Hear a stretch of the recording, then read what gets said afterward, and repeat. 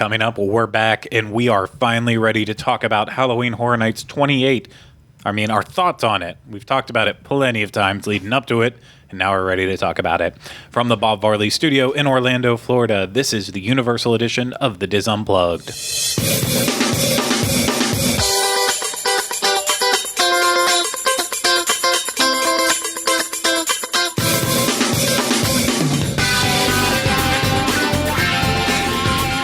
This is episode 192 of the Diz Unplugged Universal Edition.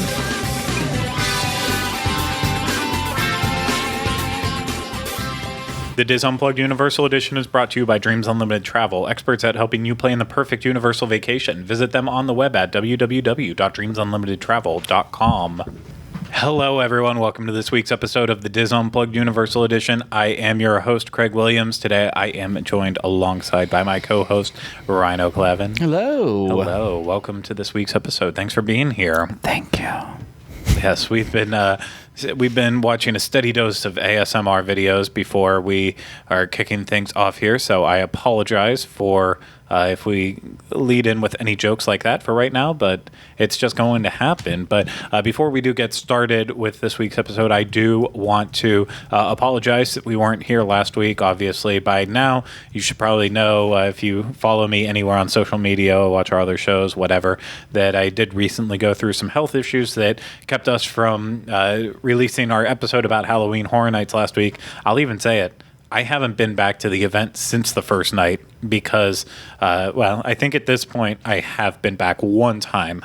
But as of the release of this episode, it's been a long period. Haven't been able to go back. So these are my opinions of Halloween Horror Nights from the very first night when we went through with the media event. So I do apologize with that as well, too, because part of that means that we went through all the houses and stuff with a video camera, our DSLRs in front of our faces for pretty much the entire houses. So it's a very weird perspective of it. A lot of times we're going a little bit slower to try to get those scares timed out perfectly, or we just get completely unlucky and miss them altogether. But I just wanted to point it out that we have a very, very different experience of the event. At least I do, from only being able to go the first night. So I do apologize. I know it does have an impact on my whole thoughts and opinions on it. Luckily, Ryno has been back a couple times since that very first night. So he's going to help fill in the gaps a little more along the way. But yeah, we're going to go over everything the event entails. So if you don't remember what Halloween Horror Nights is, it is the hard ticket event that happens basically every Wednesday through Sunday night at Universal Studios Florida. This year's there's 10 houses, 5 scare zones, as well as one show with the Academy of Villains, Cyberpunk. So basically what happens for Halloween Horror Nights is the park closes at 5 o'clock p.m. sharp. So at that point, if you do not have a ticket for Halloween Horror Nights, unfortunately, you have to leave.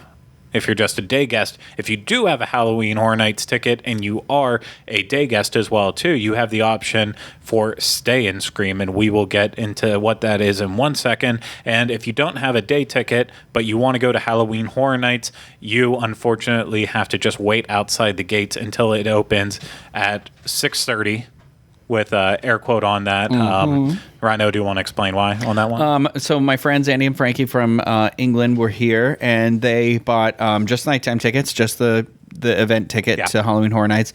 And I was going to meet them at 6, and I'm like, okay, well, they can't get in until 6:30, so I'll make sure to get there like a little before 6:30. And they're like texting me when I'm on my way, and it was like 6:20, and they're like, oh, we already did a house. I'm like, what? How did you get in the park? So they must have been let in. They said they let in at like 6:15 and then did rides and some stuff. So you might get lucky. I think they let you in by 6:30. Yeah. So get the most of that ticket, though. Get there early. Exactly. No, absolutely. You want to get there early, but with Stay and Scream, as I mentioned before, if you have that day ticket and you have your HHN ticket, you can take advantage of Stay and Scream, and with that, you have access. Sorry, Ryno's shuffling around. I needed to get my backpack, sorry. Oh, he did. He did need to. So with Stay and Scream, basically you have two zones this year from what I'm familiar with Stay and Scream. The first zone is the classic Finnegan's one, which is always popular because you have your beverages right there. And this is going to give you access to Stranger Things and Poltergeist. And apparently it's just, from what I've watched, I haven't been back, but this scare zone was filling up, or this Stay and Scream zone was filling up very quickly, and it was causing the Stranger Things line to skyrocket immediately before the event started. Granted, though, the first 2 weekends of the event, we have to look at it a little bit differently because on Friday and Saturday nights, they also did have the annual pass holder event where you could be in the Springfield, USA Stay and Scream section, and that was only for annual pass holders who signed up for that. So as of this point moving forward, now that they're both open, that should even things out a little bit more. But just know up front, people want Stranger Things galore, so that is going to be the most insane. My recommendation is save it for the end of the night. I noticed if you just keep using the app, it'll tell you the wait times of the house. Like, it's not always 100% correct, but it's usually within 15 minutes or so of it. So if you just kind of keep opening that every now and then, you'll see it'll rise and fall. Yeah. But it's going to be like 90 minutes. So if you see it under that, my advice is get in line under that. I know it happened the very second night of the event, that Saturday night, but they did have the issue or it might have even been on Friday night when we went for the media event. Regardless, one of those 2 nights, they didn't cut off the line till 1 o'clock, and then they ended up they didn't let everyone who went through the line actually go through the house. Oh my goodness, really? Yeah, because they can't force the cast to stay overtime to go through it. So if that's the case, then I mean, like, I guess the event went to 1:30, so it's like cutting them off at 1. Oh, it was only 1 o'clock? Yeah. Oh, okay, sorry. On the Wednesday I went, it was till 1:30. I thought 1. Are you sure? Positive. I believe it's only the 2 hours this year are 1 o'clock and then 2 o'clock. Okay. I guess that makes more sense. But yeah, you're right. I mean, that's tricky then. I mean, they should cut the line off 30 minutes prior to the park close then, I think. I don't believe I've seen the issue happen since then. I think it was just that one time. I am so sorry. My information is not super accurate on it. I haven't been back a lot. I don't know if they're closing the line off earlier because of that now. I don't know if they've had the issue again, but it was that issue one time. So just keep that in mind. They do have the right to close any house for any reason at any point in time. So don't also, while it might be a good idea to save something towards the end, you might get a better line out of it. Don't bank on it either. Well, yeah. Well, I mean, like toward the end of the evening. I'm not saying like get in line at 12:45 or whatever, but I'm just saying like don't make it the first thing. Unless it's like that's the only thing I care about and I'm going to that. Everything else is frosting. Yeah. Whatever. So we explained Stay and Scream, your options for that. In the past they also had the Hello Kitty Stay and Scream zone, and this one would usually hit the house that is the first one as soon as you're going into the park. But from everything that I've seen, because I still haven't been back, they're just using that for overflow for Stranger Things. So if you don't even make it into the Finnegan zone and you're stuck in the Hello Kitty one, you're going to be waiting even longer. But that's kind of the nuts and bolts of the event. So I would say at this point, why don't we kick it off and talk about the houses? And Ryno, I was just going to talk about them in the order that we experienced them the first night, or do you have a different order you want to take them in? I mean, I was going to rank them. Well, I was going to rank them afterwards, but... Okay, let's rank them afterwards then. That's fine. So the very first house that we got to experience at the event actually was Halloween 4. So, of course, this is Halloween 4, The Return of Michael Myers, which tells the story of the fourth Halloween movie. And so I, of course... I'm not going to get into a lot of the spoilerish areas of this because I want people to enjoy. Obviously, we have videos of it, and you've probably seen videos of it. You might have even experienced it at the event, but I just want to talk about our overall thoughts of this. I think my ultimate opinion is it's kind of good for what it is. Well, don't have me wrong. I don't remember if we've talked about it. I watched the movie right before we left for the event, Halloween 4, and I forgot how not okay that movie is. I think I kind of talked about it a little bit more positively on our last episode leading up to it. It was not so great. So, in my opinion, the source material wasn't really there. So it's kind of hard to make a really good house when you don't have great source material. Yeah, I mean, I agree. I honestly, I think that I don't know. It's hard because the Halloween house they did, the main like Halloween 1 house they did a couple years ago was really good. And then Halloween 2, Hell Comes to Haddonfield was so good too. And it was really a highlight of those years. And then you kind of get to the lesser popular movies, like you said, like the source material isn't as good. And like the house starts to kind of reflect that too. So it was a lot more, it felt to me like a cliche standard haunted house with like Michael Myers as the guy in there. Yeah. You know what I mean? Like it could have been made almost anywhere. Like it had a couple things where I was like, okay, that I recognize that from the movie, but it was like, it was like, I'm not afraid of Michael Myers. I mean, I am afraid of Michael Myers like in real life, but like, I'm not like, he like visually is not scary. So the scares in this house completely and entirely are people popping out at you. But it did tell the story. I will say that it went through the entire story of the movie, and it did a good job of explaining it. But kind of like you said, it's reliant on Michael Myers scaring, and I do think that he is impactful in that way when he's scaring you. I just think that maybe Halloween might be burnout, and unless the new Halloween movie coming out is a success and it has that iconic moments that they can translate, I think Halloween 4 might be a good stopping place for translating the Halloween movies into houses. That's just we're getting H2O. We're getting H2O. I really hope not. I think this is a good one to end on. It still hit all the right notes. It had, there was one good Loomis in the house. The other Loomis was just flat out awful. I think I only will see the one good one, and I refuse to acknowledge the other one. Yeah, it was not, the casting was off on that, but all the Michael Myers were good throughout the house. The music was just awesome, but it didn't leave me overwhelmed, especially for our first house. And at that point, we went to Academy of Villains. We'll talk about that in a little bit. But next on our house was things didn't get much better for us, and that was Seeds of Extinction. And I don't want to save it for the ranking, but go on. You talk about it. I don't want to. This was obviously one of the ones that was low on our list leading into the event, and a lot of times that's a good thing for me. When I have low expectations of something, I can walk away from it with I can walk away from it a lot happier because my expectations are so low. That's just a human thing.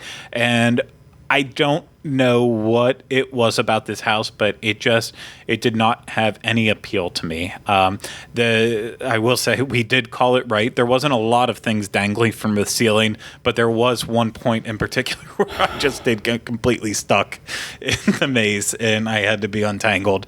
So I was like pulling on he got wrapped up and I'm like pulling on him to pull back because this like vine had wrapped completely around his backpack, and I'm trying to pull it out and they're like pushing me from behind, and I'm like, we can't go anywhere. He's stuck. Yeah, like, I would have tore down an entire. I was like, oh god.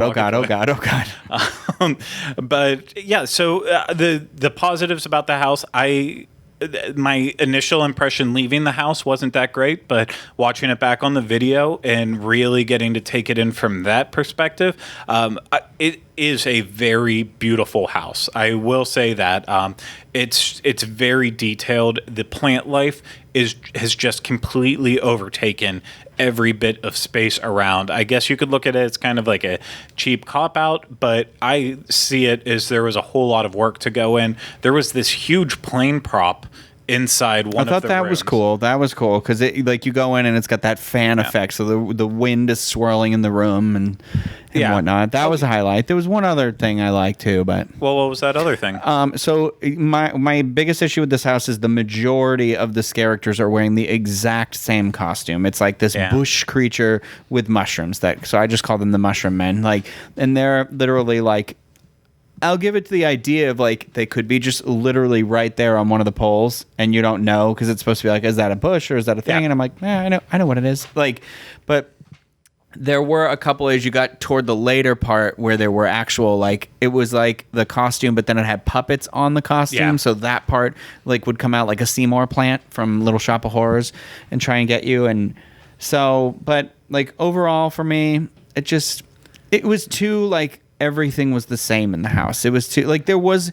I will agree with you when you go through. If you really look at it, like when you're in the like, I think you're in like maybe a general store at one point. Yeah. You know, and you're like, and it's cool because you're like, oh, this feels like maybe they did pick this up out of like an abandoned store and brought it here or something like that. Yep. But my thing is just like, it's so basic. I don't know. Yeah, the sets were beautiful. But you're right. The scares were definitely like they were camouflage scares. It was trying to blend in. I feel like they took that note a little bit from Scarecrow last year, and it worked well for them. I'm not sure that it worked well for here too, but I feel like the more I do Seeds of Extinction, the more this one's going to grow on me. I feel like it's going to take a good solid couple more weeks for this characters to really get in their groove in this house and really deliver a lot of terror. But that's my opinion on that one. And then we moved on to one of the highlights for me, which is Trick or Treat.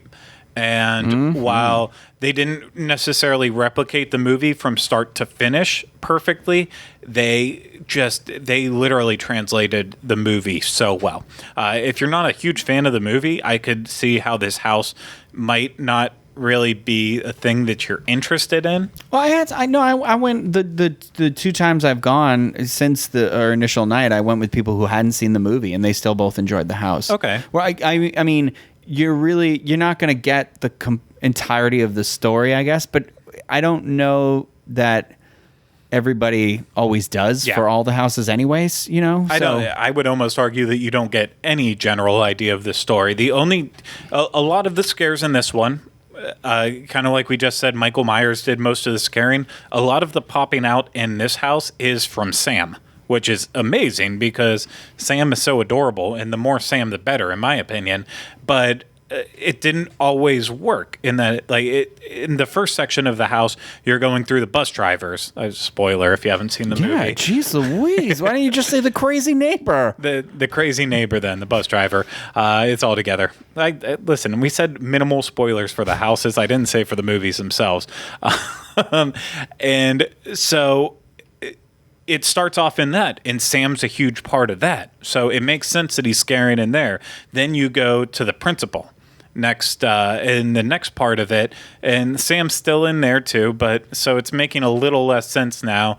And well, there was like when I went back, there was like a witch that jumped out at you, so it's like supposed to be trick-or-treaters because this is the scene that opens the movie because it's the teacher and the people across the street's house, and if you don't know, it's like the lady with the lollipop in the mouth, and so that was cool, and they did exactly like you predicted. They'd have the throwing up kid on the porch is there, can't waste that prop. But for me, the highlights of the house, skip those first two parts.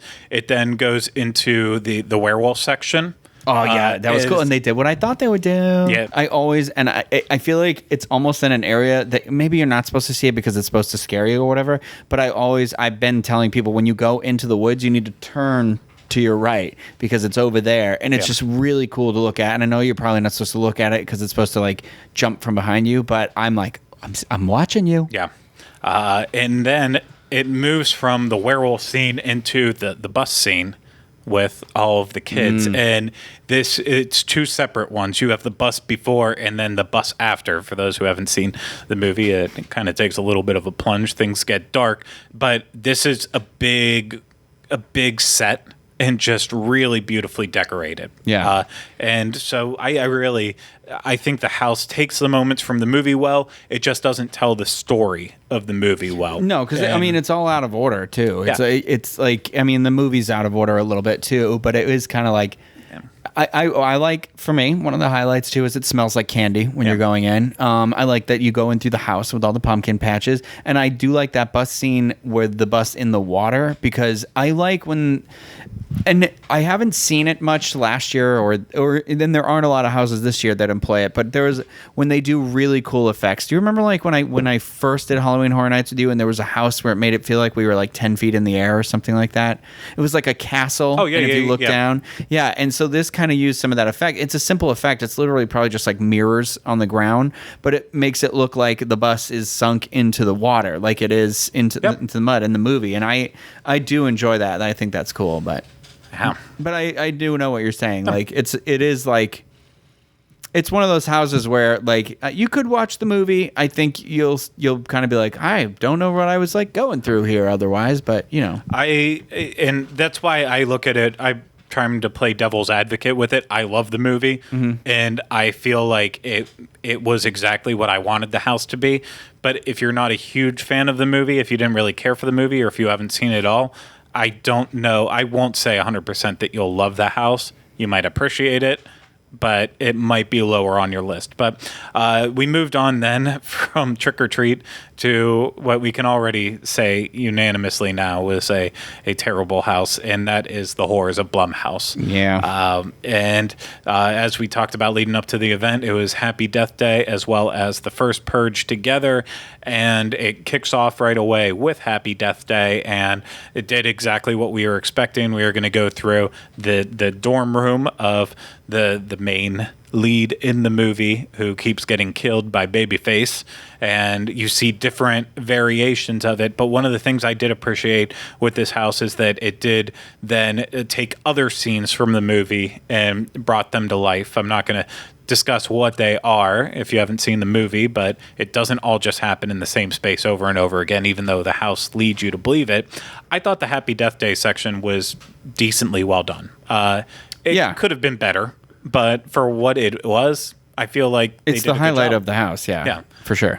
Yeah, I like, for me going through, I like to see, I like the idea. I haven't seen the movie, but I know I know the trailer and stuff like that, and I'm going to watch it. But it's like, it's the repeat of the day. And I know you said that's not authentic. It's a news story. I know you said that's not authentic to the movie, but I like the idea of like the Groundhog Day horror house. Like, and there's a lot of cool, there's a really awesome Back to the Future poster in her dorm room that I want to take down. Like, I want to take it, that I noticed last time. And I think it's fun to kind of see that set employed. But overall, why is it not, if you don't have a property that can stand alone, it doesn't need to be split into multiple things. I personally thought they could have, bless you, I thought they could have kept Happy Death Day by itself. They could have really fleshed that out more. Unfortunately, they paired it with the first Purge, and the execution, everything about this was just blatantly lazy, in my opinion. It felt half-hearted. It's, again, like a lot of the stuff with the Purge lately, we'll take kind of characters that look familiar from the movies or are right from the movies, in this case, the first Purge, but we're just going to put them in environments that aren't always directly right from the movie. And this one did have its elements from the first Purge, but overall, it just did not work at all. It wasn't scary. It was just loud. It was kind of obnoxious. The scares weren't that good. It was a sour ending to the house. So I don't have anything positive to say. I've gone through that multiple times. I can't even remember the first Purge part. Yeah. So that literally remember just the siren going off. The Purge will commence, and I was like, "Is the house over?" Yeah. Yeah. So we did move on from there to Dead Exposure, which is Dead Exposure Patient Zero. This is, of course, the house that is mostly in the dark and illuminated with key lighting moments as you're going throughout. And this definitely had some cool elements throughout it. We're still trying to figure out the timeline. I believe I was starting my feverish symptoms right before going to the event, so my mind is like blurring in and out. I will just say Dead Exposure does not play well on video, so watching it does back, not. Yeah, it's mostly a black screen. Watching it back, I'm not getting a great idea of the house. I know I loved it right after we got out of it, and there's two elements of it that I absolutely loved. There is a scene going through a subway car. That's definitely a highlight for me. That is just it was really well done. Even I caught a good scare on camera with it that I loved. And then I believe it's like French catacombs that you go through. I think that's what you would consider. Yeah, because it's like a sewer or something like that. Because there's a small half circle like in the water, and I'm like, there's some scares in there and stuff like that. Yeah, don't forget about the monkey room. I do forget about the monkey room. Okay, so it kind of I think this is where the virus comes from or something. It reminds me of, if you've ever seen 28 Days Later, the opening of that movie is the animal rights people breaking into the animal testing facility. And this scene is pulled out of that because it is literally just a flashing light, and there are just cages full of it's just this noise of monkeys screaming, and there's actual things moving around in those cages. I'm sure they're not animals, but and so you're so kind of distracted looking around by that, things get you from around that area or whatever. But I will say, when we went through on the night we did it that first night, the other times I've gone through, I've had much better experiences through the house than I did that first night. So I think we were hitting almost. I know you said you got a good scare in the subway scene, and that part is really cool because I really like the effects they use with the mirrors and stuff. But it was. So when you're getting in the subway, when you're looking down at a subway and it's a strobe light and there's bodies there, and then all of a sudden you're like, are there more bodies that were there than before? Because where the railing goes down, there are people sitting on the other side, but it's reflected back, and I'm like, I love practical effects like that that are just simple but beautiful. And this house does use its strobe light well, but I feel like our scares when we went through were very minimal the first time, and they have definitely pumped those up, and at least my experiences since then. And like I said, I loved it leaving the house. I remember really enjoying it, but watching it back, I don't get that same idea. So I think once we go over our ranking, that this will end up being higher than it was right now, but I just have to get back and experience it. I've been going through a lot, so I'm not trying to make it a sad story. It's just I haven't done it, so this is just half baked at best. But we moved on from there to Slaughter Cinema, of course, the anthology house, going through all of the different B movies that Universal created to take place in this house. I will say, when we went in this, we cut in the side entrance, so we missed all the facade, right? Yeah, because I was even saying I feel like it's a missed opportunity that they don't have it's not like you're entering the movie theater, because I know in years past they projected stuff on the walls, and then I went back and that is exactly what they do while you're waiting. Exactly. They do all the trailers from all these movies, and so it's really not only that, but I feel like they show some stuff from other Halloween Horror Nights, which is pretty cool. So, and then we missed out. I didn't smell the popcorn when you're going in and stuff because we didn't walk by that area. Yeah. So that's Ryno has experienced that. I knew that there was more to it that we were missing, because when we walked in, it picked right up with the first movie poster and the first movie that you go through. And I apologize, I don't have the list of all of the movies with me, but Sorority Sacrifice. There's the I don't want to say one of them because it's kind of a bad word. The kids one. Oh yeah. and then there's Midnight Snack 2. I know that. Midnight Snack 2. Yeah, and then of course the Swamp Yeti. The Devil Dogs. Yeah. And then the kid one is the Chuck E. Cheese. Amazon Cannibals. Yes. They're Pumpkin Guts. pumpkin guts. There was the baby one, the baby in the cage. I don't remember the exact. There's that one. Yeah, you're right. Yeah. What was the baby in the cage one? I think that's the next one here, but I don't think I got the poster. Cult of the Beast Baby. Cult of the Beast Baby, and that one was really cool because it had really cool. Well, I mean, if you can, there was a.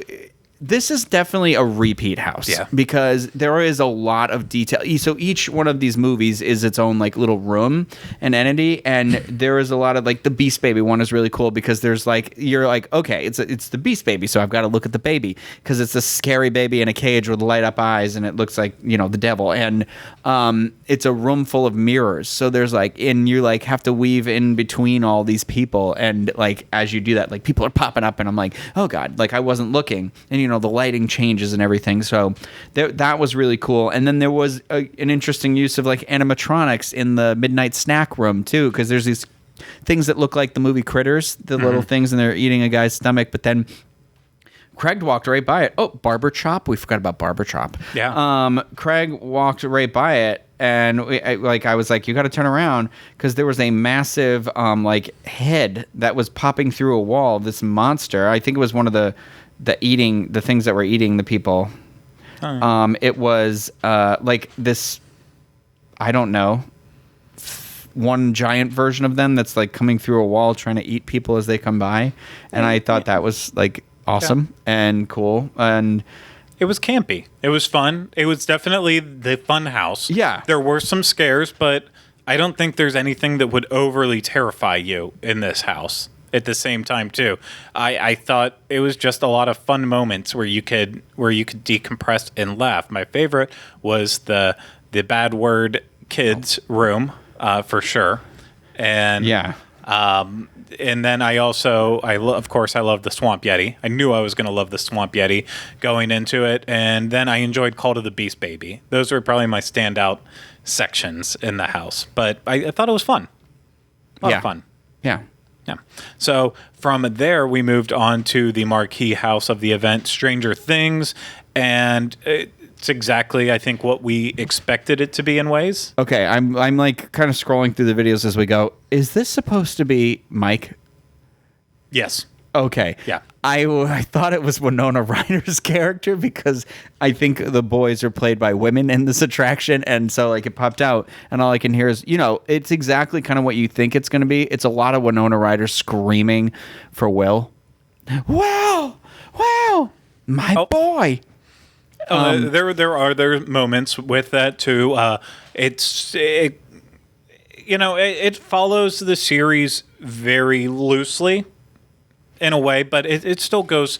It goes through the motions. It has everything that you would want from it. You have the kids in there. Well, you start how the series starts. You start in the facility. Yes. I forget what it's called, the power plant area or whatever. Yeah. But yeah, and you know you got that. I'm gonna tell you too. The night we went through this, watching the video back and going through, I was like, it feels like there's supposed to be stuff here. There was a lot more the second time I went through. This one I've only gone through twice. Yeah. But, you know, also opening night, you know, getting the rhythm down, all that stuff. But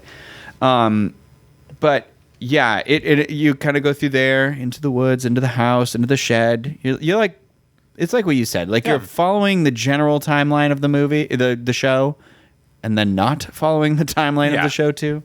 Yeah, like I was starting to say too, you see the characters on the night that we went through for that first time. We had Will, we had Mike, we had Jonathan. We had obviously the mom. I can't remember her name right. Joyce. Yeah, Joyce. Thank you. Hopper was in there. Yep. Hopper was in there. They have a good Hopper, although I guess everybody can kind of look like Hopper, but he's in a couple parts. So yeah, no, we had a good variety of all the characters throughout, and I think they were all cast really well. Like Ryno said, some of the younger boys are portrayed by women, so.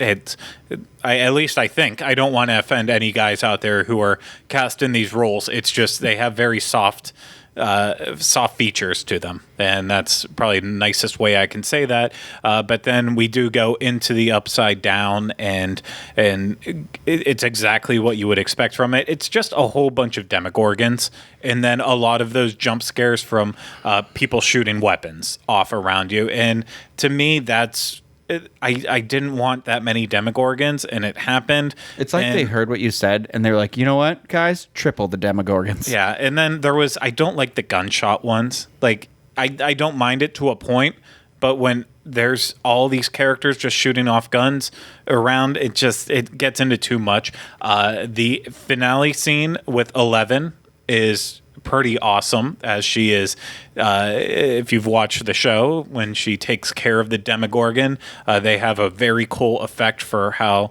they translate this into the event. But I think if you're a huge fan of the show, you'll be a huge fan of the house. Yeah, but it might not be your favorite. It's what you want. It's exactly what you want it to be. There's no attention to detail that they kind of missed out on. There is, like I was like, oh, we're going to see, people are like, are you going to see Barb? You see Barb.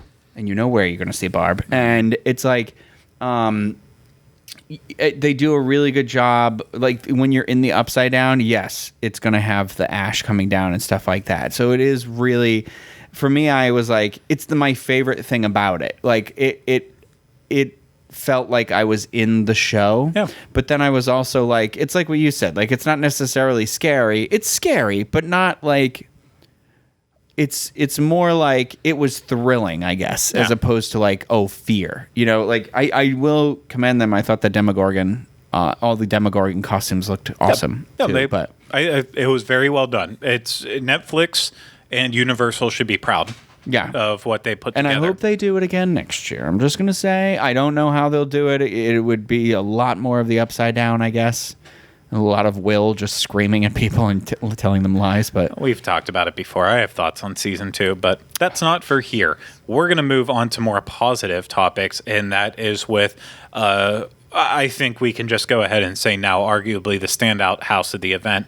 It's almost everyone I have talked to agrees with this, and that is Poltergeist. Mm-hmm. And it's kind of reminded me a lot of last year with The Shining.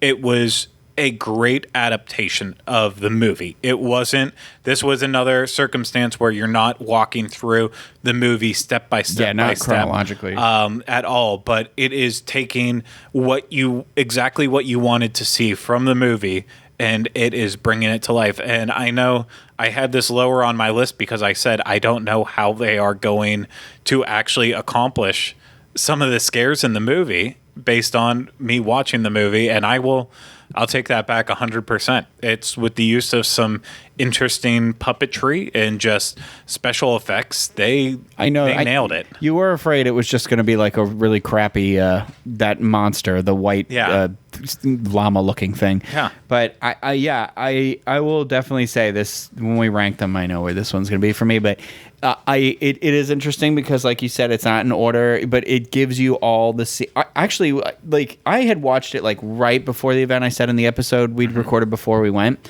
and so like I was even trying to like make a list because I know you were like, oh, you had told me before I watched it, like I don't know how they'll do it. So I was like, oh, well, let me think. And pretty much everything that I was like, okay, they really got into the nitty gritty detail of this movie. Like the steak moves across the counter in the kitchen and stuff. And I felt like we were almost, again, like it's just a matter of timing sometimes. And we were on the first night. So I feel like timing wise missed some stuff the first night. And so when I went back and did this again, I was like, oh my God, this house is great. Because I didn't see I don't remember the psychic's name. This house is clean. You never will. And I did catch her the very first night. And I heard her voice. Yeah. I heard that playing, but I didn't see somebody in the house. And I saw it the next night. And it was I'm a big boy. I block him. I'm a big boy. No, I had a little bit better timing through that house than you did because you're a couple people behind me or maybe right behind me. And again, I'm a big boy, so I block people going through.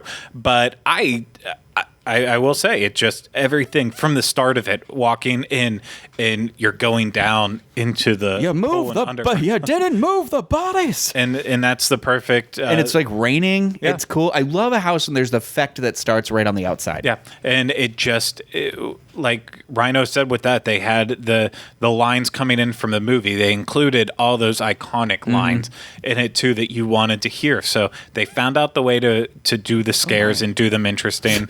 Yeah, the big face. They brought in those elements from the movie with the dialogue and it just I don't have anything else to say besides it. Just spectacular job again. I was completely blown away. I would encourage you, if you have time, do the house more than once. Because we went through once, and the first night there's a big scene that you're going through like a bedspread, and the first night I remember being like, oh, I'm nervous. But when I went back, like, oh my God, it was 10 times scarier going through that area because there was a lot more characters in there that were going around, and like I didn't see any of them the first night. And I at this point though, I could have been just so scared. But like, there's a lot. This house is a lot to look at, and it's very long too. So it is like you almost get to a point where you're like, okay, I'm scared now. I need to leave.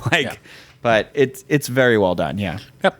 So that will move us on to Scary Tales, Deadly Ever After, and we knew it was going to be an anthology house, kind of with the different fairy tales, and the Wicked Witch kind of changed the timeline. The creatures from these fairy tales were being tortured, and this house just blew me away again. I even at the point as we're doing this, I'm still rethinking my rankings on this. It starts off right off the bat.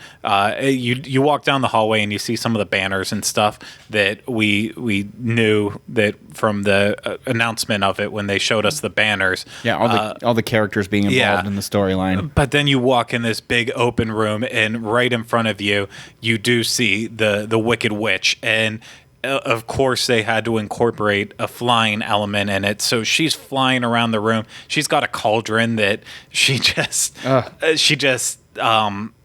like flicks, and a puff of smoke comes out of it. It's so cool. But it's the way she's flying around. Like once you get to a certain point that you're far enough in, she's literally flying over top of you, and it is just so well done. And then I don't again, there's so many of the fairy tales that there's right when you get in, Dorothy's in a cage. At least I believe it's Dorothy, and you see the because the lion, because she's got the lion too, so it must be. Three Little Pigs is one of them too, because you get that really strong bacon smell. And then Little Red Riding Hood, I'm pretty sure being like eaten alive by the werewolf or something.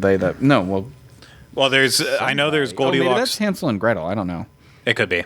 There's definitely Goldilocks and the Three Bears, and because there is a good bear scare in this house. Yes, it's amazing. And is HHN Bear a thing? Yeah, it started a couple years back, and it's someone made the account on Twitter. I literally saw it the day we were going to this event, and then there was a bear in this house, and I was like, "Was this like?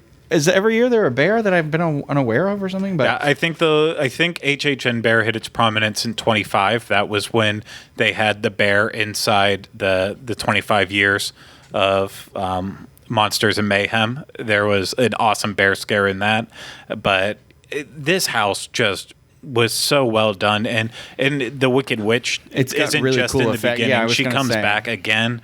Oh, she's like throughout the house too, but they do some of my favorite effects that I feel like that down the hallway, where and then the next second they're right in front of you because they bungee jump, or like you got to like look up and stuff, and the team member's going to yell at you not to stop, but it's okay to look around. So you know that's okay. Yeah. So just remarkably well done. A great house. The room with all the witches. Yeah. Oh, I forgot about that. Ooh, scary. No, I this is one of the ones I can't wait to go back and do again. I just loved it that much on the first night. And the last house we saw was the final house too.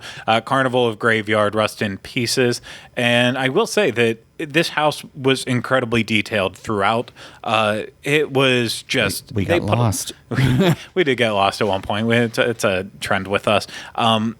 There was so much in there. There was so much to look at besides the scares. This one kind of gave me that idea back to Lightning Gulch, where you just have a really detailed oriented house where you want to look around at everything more than really concentrating on where the scares are going to come from. Okay, I have to tell you something because you saw me looking this up when we were starting the show. So I was rewatching the video that I took in the house, and so I forgot when you first walk in, and it's all supposed to be broken down theme park stuff, or whatever. So I grew up on a theme park because my grandfather was the operating manager of Edaville Railroad in Carver, Massachusetts. So I spent a lot of my childhood with him at that theme park. And so when it shut down in the years when it was being sold and then reopened and then sold and reopened, some stuff became his stuff, some of the things in the park. And there was a frog that we call Freddy the Frog that has since lived, and my grandparents have a house that has a frog pond on the property on it. And he lives there. And so Freddy, my grandfather repaints him from time to time. When you walk into this house, there is a dilapidated Freddy the Frog in this house. And I was turned around and took a video of it. And I'm like, no, this can't be it. But I have been studying the video. And this is literally the frog that is in my grandparents' pond in their house right now. It's the same feet, the same everything. His hands are in the same place. And it's almost like it's cool because I'm like, that's from a theme park. Yeah. Closed down. I mean, it's open and running now, but it's really authentic to me, but also creepy because now I have to look at this frog when I go home next weekend. No, and they did this. They obviously took Universal props and put it in. I saw from some of the people who did the lights on tours later that they have a Dueling Dragons. Oh, is this one of the lights on ones? That's cool. Yeah. So this one I would think is an awesome one to see on the lights on tour, just because there is so much. I believe they hit a Terminator prop in there as well. That's too. Cool. Other things. Yeah. So there's a lot of thought that went into this house, and I like that it does also have multiple levels to it. You don't go up multiple levels, but it's not all just on the ground floor. Yeah. You have to look up and down on this house, and that's a good way to build a house. So I thought the scares were decent. There wasn't any that were necessarily terrifying, but overall my favorite. There's one clown that's up above you that's on a bungee that I thought was creepy. Pretty cool. I like the situation of this house too, because when you exit, you're right at the roller coaster, so it's kind of like it blends in. I know we're at a theme park, but it blends into the right part of the park really well. I can see it in Craig's eyes. He's sick in this video that I'm watching. But it's one of those houses where I like the build of the house and I like those extra effects that you're talking about, but I don't like the other. I don't like the look of any of the characters. I don't get it. It's like steampunk future stuff. Yeah, carnies. I don't like that. But I was impressed with, like you said, there's a lot of stuff and it looks cool. Yep. I completely agree. So that's all the houses. And are we ready to rank it now, or should we talk about everything else and then save the rank for last? Save the ranking for last. Okay, so next thing we're going to talk about just real quickly, because I will be 100% honest, the scare zones, we kind of ran through them all that night. I haven't been back again, so I haven't really had the chance to experience them. The only scare zone I will say that I got a thorough idea on is Killer Clowns from Outer Space, because I basically stopped our tour to make sure that I could spend lots of time in there getting pictures with all the clowns. So that's the only one I'm an expert on. I'll have to talk to Ryno about all the rest. But with one of the other things that we did do, it was we saw Academy of Villains Cyberpunk. And of course, this is in the Fear Factor live stage this year. So a ton of seating for the show that we were in. It actually filled up. I don't know if that's been happening at all since then. The event has been very busy, but I don't know if people are flocking to it necessarily, or if it really would have been a better idea to have it on a stage. I guess we'll know more about that later on as the event goes on. But basically, the theme of this is that a group of vigilantes, humans, are trying to destroy the regime that's in power. So the regime is going around trying to find the humans and bring them to the leader for execution, I guess, is that's probably the ultimate end goal. But basically, yeah, it is the normal Academy of Villains show with a mixture of dance and then just a twist on other dance elements. So like their shows have been in the past, it's kind of been broken down into 3 different special sections. The first section is this screen element, kind of. In the first year, it's not like that where they used a lot of special lighting on this. This is more like projections on the screen, and it's a cool little thing. I thought it worked very well with the show. There were still people dancing off to the sides and stuff while the main feature was happening right in front of you. So I thought it blended well. From there, they had this laser finger dancing portion. I like the laser dancing. Yeah, I did like the laser dancing too. I mean, it's so simple. They literally just have like lasers on their fingers. Like, where can I get those? Because I want one. Yeah, I just want to walk around my house with it. It's kind of like us with the Grinch gloves. But, but that was a cool section. And then I think the best section of all is the final one in there, and that is a tightrope. Oh yeah, that was cool. Where they have kind of like dueling tightropes happening, and it's nothing like, it's not circus style where it's high up in the sky. It's a different type, and then of course just high energy dancing all throughout. In my opinion, it's way better than last year's show. Miles above last year's show, but it still doesn't quite have the magic that the first year's show did. But it's still excellent. I think the houses are the main stars this year, as well as some of the scare zones. So if you have time for Academy of Villains, I would say absolutely sit down to do it. But yeah, if you're going repeatedly, you're not going to miss anything. But if you're on a time crunch, I would say unless watching dance shows is like your jam, this would probably be one that I would skip, just because of the style of having to go into the theater, sit through the show. It's much different than when you could walk up last minute, stand deep in the back and watch it like when it was in its place where it used to be. Yeah, and that's what I feel like is kind of a missed opportunity. So it's a dance show, and you like want people to get into it, but they're all sitting down. Yeah. Nobody can stand up and do anything. So it doesn't have that same kind of like, I liked how they would come into the crowd last year, and they, and like if you're into it, you kind of want to move your body a little bit, maybe not, but it's also like once you're in, and maybe it's not for you, you're kind of stuck in there, and that's the other part. So I don't really like that either. I just don't think it justifies not having the show that was in there before. Yeah, and even if they didn't have Bill and Ted back this year, I still feel like exactly what my prediction was this year, is that it's a show that needs to be experienced standing, watching up on a stage. Yes. And to get into it, there should be a different show here in this place. Yeah, I agree. I don't think it has to be Bill and Ted. I'm not saying like, I get it. You want to move on and do different things, and Bill and Ted becomes a liability in this day and age, with social media and stuff. So it's like, that's fine. It wasn't a sit down and watch it, like you said. Yep. So let's move on to the scare zones. The first one I want to talk about is arguably the smallest.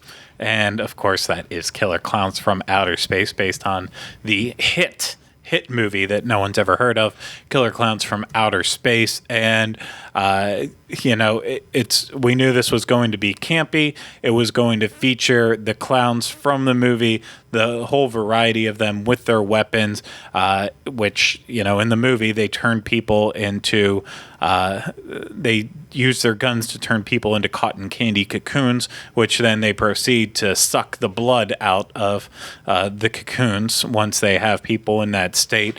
There's other elements that they use to attack their victims. A great scene in the movie where there's some finger puppeting happening on the wall. Yeah, I didn't even notice that because I'm looking at the scare zone. Like, you got to look up at the building above the scare zone. And they brought that in too.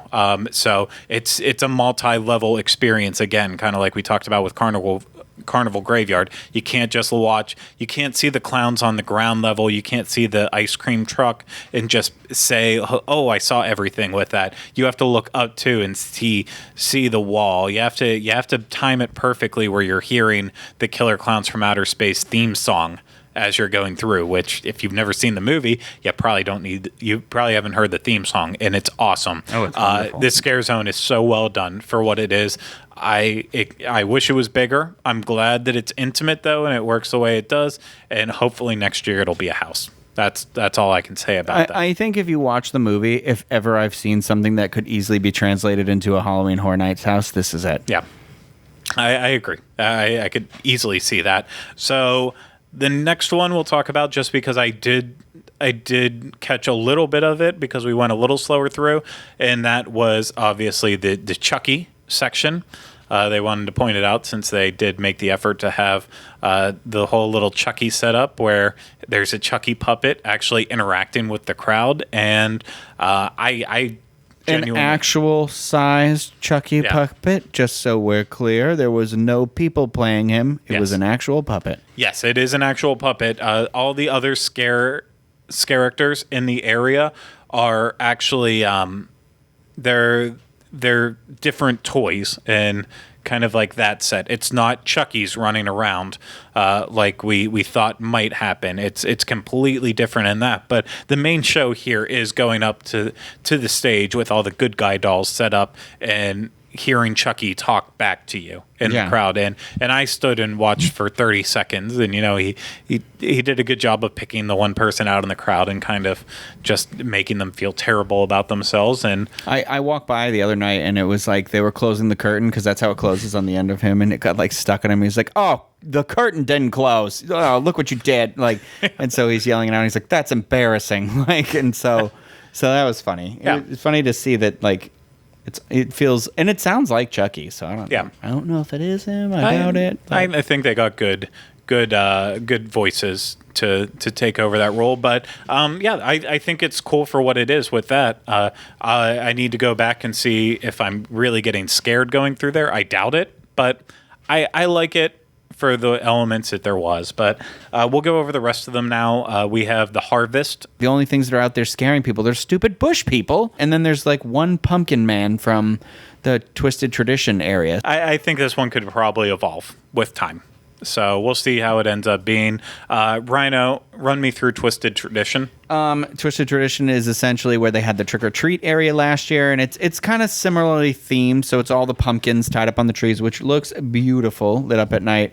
A lot of smoke machines, and it's essentially got like, I would call them colonial trick-or-treaters. So that's what it looks like to me. Like they're older than what the trick-or-treat ones looked like. The trick-or-treat had that like 50s vibe. These feel like this is turn of the century vibe. And then there's like a couple people that are like on stilts, not people, but they're like things, like they're like pumpkin. So, but what I really like about these things is like the ribs all light up. Like it's like a scarecrow with a pumpkin, and then like his mouth lights up, but the arms are all crazy weird. Those are really beautiful. And then it's like if you come in from the main side, like Mel's Dine-In is behind you, and you're going toward E.T. like that way.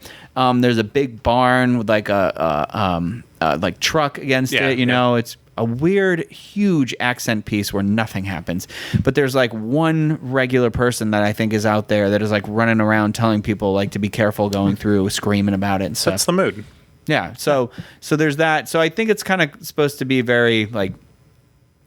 It's basic, but it's like you don't want much in that area because you don't want to get like clogged up over there. So understand. But it's so cool. What about Vamp 85? Oh, I love Vamp 85. So Vamp 85 is in the New York area out by the Mummy and just that whole block down there, and they've got the stage set up with the 1985 countdown to 1985. So they've got like it's supposed to be like New Year's Eve in New York City, so appropriately placed. But every I don't know how often it happens, but it happens a couple times a night. They do the countdown to midnight, and like the ball will like shoot fire out of the top of it, and like everything goes off and they celebrate. And in those streets, they'll be like the humans that are out there like kind of drunk celebrating in their 80s attire. So they've got like the big hair and the frilly dresses and everything. And, you know, you can see they've been bitten because they'll be like bleeding on the neck and stuff. But then there'll be like vampires walking around. There's like somebody that's kind of dressed up and they look kind of like Prince. There's somebody that looks like Michael Jackson from the Thriller video. You know, all these things. There's like news reporters that are walking around, and there's a band that was performing as part of the special that's just been murdered on their mics and everything. My favorite thing though that they do randomly, and it's not really with the countdown to midnight, is there's a couple of songs that'll play, because the great part is it's all 80s music out over here, and it's like, I know they do it to Thriller, and there's an AC/DC song I heard them doing it to, but a bunch of the characters will come up onto the stage and they do like the dance of the thing, and it's a lot of fun to watch, you know. Yeah, it's nice to know that. I saw someone post about it during the team member preview night, so that would have been the Wednesday before we saw it, so 2 days before. They said one of the great things about the scare zones this year is that most of them kind of had like a show element to them, so you wanted to stay in there longer. Fans of HHN, I feel like we always want to just sit in scare zones for a while and take it in, watch the scares happen, watch them unfold. But the more show elements that are in there, and it's happened in the past, you know, like when the Stony Brook with Scare Zone was there a couple years back, like in the hospital, when the Purge, like anytime they had something in that area, they always try to have a show element. But this year with Chucky being there, I feel like there's more of a show, more than there was like when they had Chance up talking and taking pictures. With Killer Clowns, it's not the same type of show, but it still is one where you're going to actually want to sit back and watch it all happen. You're going to want to catch the clown with the with the dog. Oh yeah, because he's great. He's there, and then the humans are there. I saw them the other night too. Yeah, so they're like roaming around in there, like, and the clowns are kind of looking for them. So there's a lot more going on in there than you think there is. You know? Exactly. So I think that's a good thing, and I'm looking forward to spending a lot of time in the scare zones now that I'm back up and at them. So those are the scare zones. I mean, if you want to rank the scare zones, you can. I don't. Yeah, nah, not yet. Like because they're not really like bad, except for there's that one main one. But there's also the chainsaw hordes too that are running around still that make me uncomfortable because they're like clowns this year. We'll rank those at the end when we do our HHN wrap up. But let's go over our rank for the houses, and we're going to start with 10 and work our way up to number 1. So Ryno, what's your number 10? Horrors of Blumhouse. And that is also mine. Yes, yeah. And my number 9 house then would be Halloween 4. What about yours? Mine's Seeds of Extinction.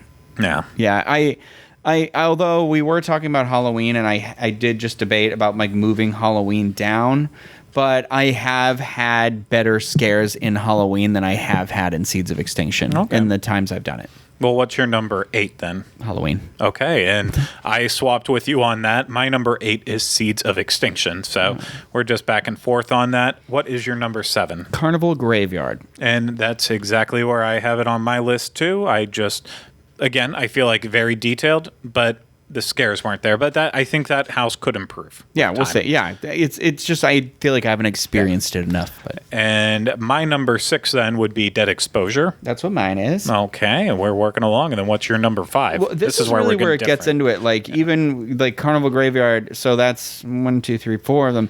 They're like, okay, like Seeds of Extinction, I'm like, nah, I'll do them all again. However, like here, it became a little trickier. Yeah. So I have Slaughter Cinema as my number 5. Okay, and this is where I put Stranger Things for me. It's just, I don't know why you're so shocked. I've said it. I like the show. I like the first season. I just don't think it was translated well for what it was. I just didn't care for the Demogorgons. And again, like I said earlier, I don't care for just like all the gun scares. It just it didn't appeal for me. The same way we don't like The Purge because it's people shooting off guns and stuff. It's not necessarily. I don't want scary, it to be like Real World. Yeah, get the guns out of there. So that's just where I had mine, but.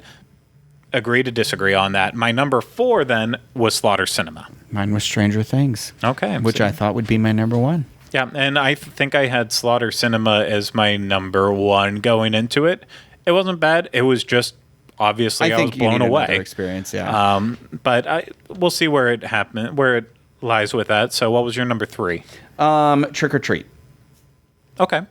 Yeah, but these are the harder ones because like these I would just keep doing over and over again. The top 3 or 4 here, well 4 because Stranger Things, obviously. Yeah. But it's like I just like Trick or Treat because it embodies like Halloween for me because it is the story of Halloween and it is like so. There's jack-o'-lanterns, there's candy, there's trick or treaters, you know. So I like that'll really get me in the spirit. You know? Mine was Scary Tales, but that could easily move up to my number 2 spot. I really liked Scary Tales a lot, but I need to do it a couple more times. And then my number 2 is what your number 3 is Trick or Treat. Well, that's from Scary Tales. Yeah, and it's just because I love Trick or Treat so much. Yeah. They did it justice for me, and it's where I predicted it would be, and it's what I wanted, so it was done well. And then that means both of our number 1, and I think most of the world. Yeah, Poltergeist. This house is scary. I couldn't say it any better than myself. That's the don't miss house. In my opinion, I'm just going to say this before we wrap up. I think honestly, in my opinion, the top 7 houses that we listed, those are all from Carnival Graveyard up. Those are all houses that are not to be missed. If you're going to the event only one night, you can't do everything. Don't miss those houses. For me, Seeds of Extinction and Halloween, there is still a lot to like about the houses, but if you miss them, you're not gonna. It won't be like people won't be talking about them next year. Yeah. You'll forget. You'll be like, what was the other house again? You know. Yeah, and Blumhouse is the one that's just bad that you can skip. Generally. I don't think you'll ever even have to wait for it. It's like only ever has like it always says 15 minutes. I walk right in and my eyes can't adjust that fast. Yeah, I don't care for it, but so I mean I think obviously those top 9, those are all houses you should try to do. If you had to miss 2, in my opinion, if you had to miss 1 originally, Blumhouse.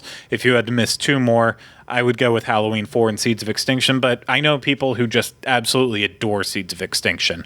So this is just our opinion. If we haven't steered you wrong in the past, maybe trust us on it. If not, don't. It's fine. Our feelings aren't hurt. It's just our opinions on it, and please take everyone's into matters. And if you want to make sure you don't miss anything, definitely plan for multiple nights this year. It's very popular, and try to get an express pass if you can. If you don't have a frequent fear pass where you can go back over and over again to hit these over the course of multiple.